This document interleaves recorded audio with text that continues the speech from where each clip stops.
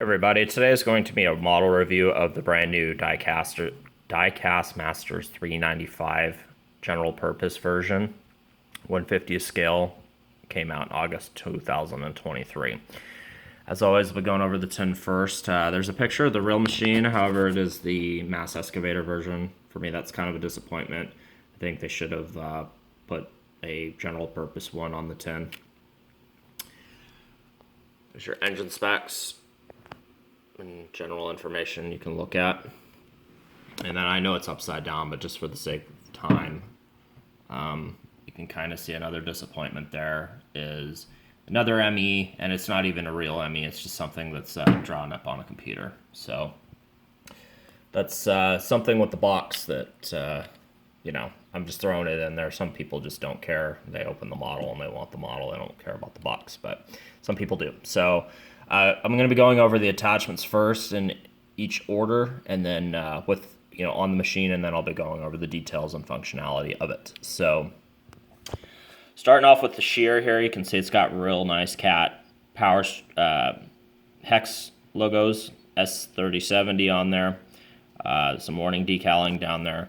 Something that's really nice about this attachment, unlike other attachments from previous models from other manufacturers like the WSI 870, Hitachi 870, is the jaws are usually super stiff with the cylinder, so it's really hard to get it in an open and closed position. But as you can see on this one, I can open and close it with one finger, so that is a super smooth cylinder there, and it will hold any pose that you want.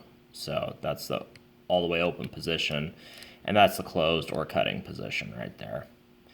It does spin a 360. There you can see the other side of it. It's the exact same thing. Getting over to this side, over here, there you can see your cylinder that opens and closes the jaws. So it's held up on the coupler. It doesn't have a quick coupler. You have to put in 4 screws. That's what holds this attachment on there. One disappointing thing is the hook on there is, if it would focus, there we go, is plastic. Mine broke during shipping, so I had to glue it, but that's really the only flaw with the attachment itself. This model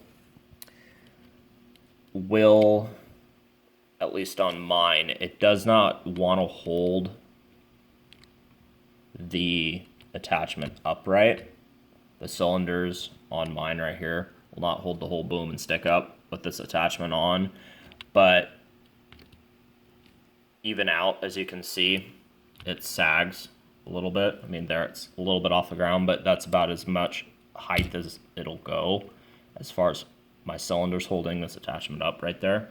So that is kind of a flaw, and if I go even further out with my stick, it will hold it up that high. But it should be able to go higher, as you can see, but they droop. So that is, I don't know if that's just because of the overall weight of the attachment or if that's just my cylinders on the excavator itself. So, but this is a review, I'm going to throw that in there. But with this attachment, you can have the jaws hitting the boom on it, and then you can go all the way out and have it in an up cutting position like that, and mine seems to hold it in the mid position with the jaws all the way out like that. So super cool attachment, super detailed, super nice, super good functionality. So now I'll be moving on to the breaker. All right, here we've got the hammer. So getting into the detail of this, has the the hex. It says H215, has an S for whatever reason down there. I don't know what that means. You can see you've got detail on the sides here. I think those are for when you're braking, you can use it. They're wear pads so that you can use the hammer to kind of just knock stuff out of your way as you're, knock stuff around as you're braking it. So it's held together with these screws. The tip is spring loaded, so as you can see, it'll it'll push all the way up into the body of the breaker. So, yeah, there's that side, the front side. There's the back. No hydraulic lines. I guess you could add those yourself if you want. So, getting over to my model. Yeah, so my model, I don't know. It's just my model. It's not the weight of the attachments, but my cylinders still don't want to hold this attachment, which is it's significantly lighter than the shears are. But as you can see, where it will hold, you can still curl out and have it as if you were busting a wall in a building. You can curl it in super good. You can have it laying on the ground like so. Well, like so. You can have it on the ground like so. So yeah, hammer, super cool attachment. So been moving on to the bucket now. And finally, here is the bucket on the machine. So, as you can see, again, it's held with these black screws. On the bucket, the screws stick out a lot more because the bucket's yellow. And these are black, obviously, so they protrude a little bit more than they do with the other two attachments. But, so the bucket, it goes out and curls out that far. And it curls in that far. You can see all the wear guarding on the side there. It's a 6-tooth bucket. You can see all the wear guarding on the side of the teeth, the wear guarding on the underside of the bucket, and you can see the kind of cat emblem that's on the side of the bucket. If we spin the bucket out, you can see there's a little picking eye here. It's not drilled through. Same thing with this one here. So a better view of the underside with all the wear guarding. So anyway, so now to the model itself. Over the functionality as always. The body swings 360 very smoothly. You can see that door there opens and closes to put the operator in if you so choose so. I've already shown the bucket. It'll curl out that far, curl in that far. This stick will go in this far, which is fantastic. My cylinder doesn't hold it in that far, but it will. If you set the bucket down, or the boom down, you can see that it goes practically almost to the cap, so that's great. It goes all the way out, and like I said, I've shown, it'll hold in the mid position on mine. My cylinders will not hold in the upper position. So, but if you were to do your max digging depth, give me one sec. This is kind of hard to do with holding the camera.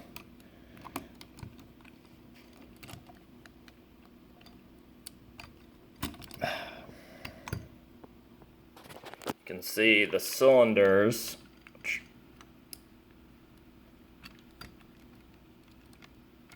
Hold on one sec. I'm gonna pause the video and get this better. So there we go. The cylinders, without forcing it, I got it almost all the way sucked up, the cylinder inside the jacket. So you can see that would achieve a very, very deep digging angle. If you take it to the edge of a table, it goes way down like such. So that's good. I mean, that little bit extra, if you could get it all the way in, would be fantastic. But you probably could, but I'm not going to break my model over doing it. So anyway. And the last of the functionality, obviously, is it has spinning tracks, and they roll pretty good on this mat here, but if you had it on a smooth surface, it would probably give you some resistance. It does have opening doors, just like the 395 ME. This engine hood opens. On mine, it's a little sticky to get it to stay down, but it will. I don't know what, I think the hinge on mine is it's kind of stiff, but it holds, so that's good, and I won't be opening it much. this door opens and the other door on the other side opens as well. See if I can get that for you guys.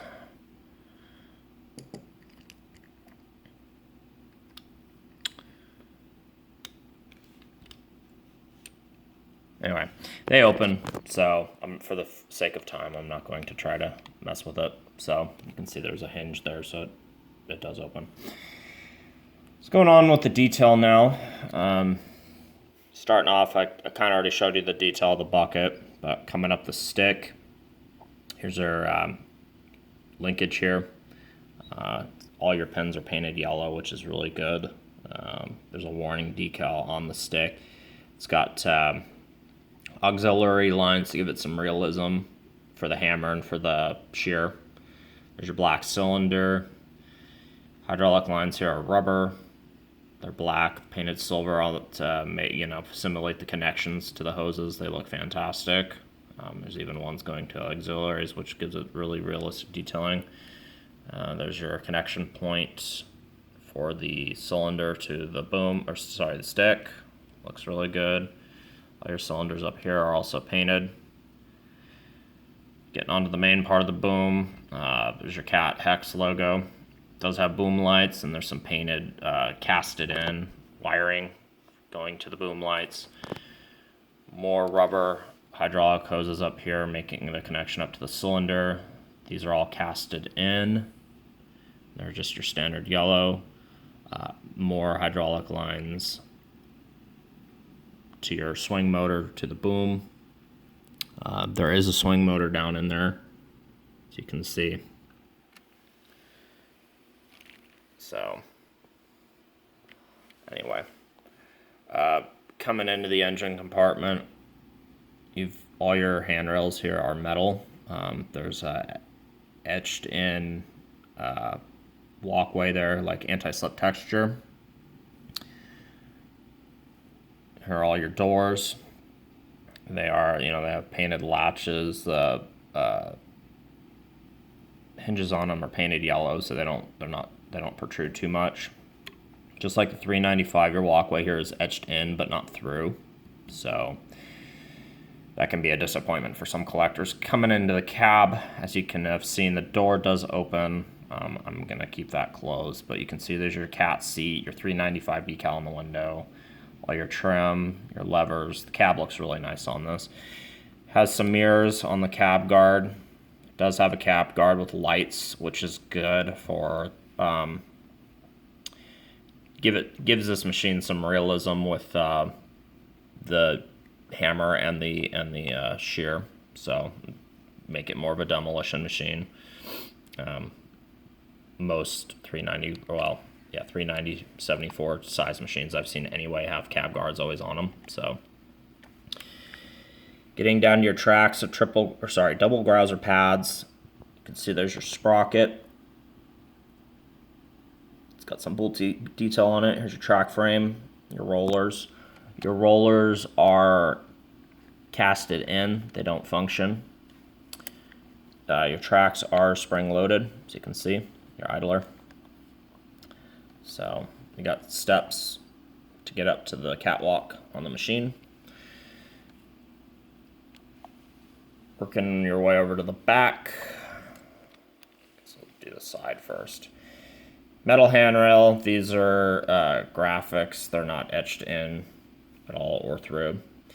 You can see your cat hex logo, your exhaust stack. Same thing up here. Your grill, your vents are just made up with decaling. You can see all your bolt detail. It's painted black on top of the machine. Your counterweight. These are not drilled through. They're just casted in. You can see your ginormous cat hex logo, bolt detail around it, and lights, reflectors. And getting over to this side, these two doors open, metal handrails, all the vents, same thing, made up with decaling. You can see your Cat 395 decaling there. Metal steps. You've got a mirror. All your mirrors are painted silver. So There's your diesel/hydraulic tank up here. Yeah, and then getting to the front of the machine, you can get a better view of the cab guard. There's hydraulic lines going down into the swing motors down there, and your 2 cylinders on the front of the boom. So, showing the underside of the machine. See, it just says Diecast Masters. You can see there's a lot of plating, bolt detail down there, just like on the top of the machine.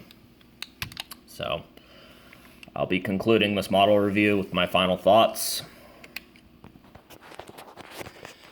So, this model retails for about, I got mine for like $265, something like that. So, call it $300.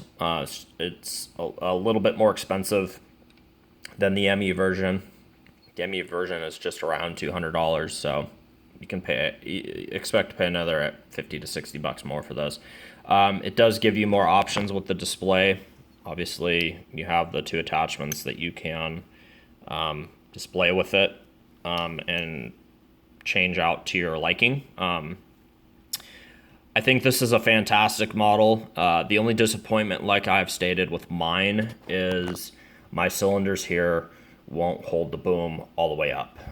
This, unlike the ME, has a much lighter bucket and other attachments, so it should, on other people's models, hold up higher. I think this is just mine and what I got, so really that's the only disappointment.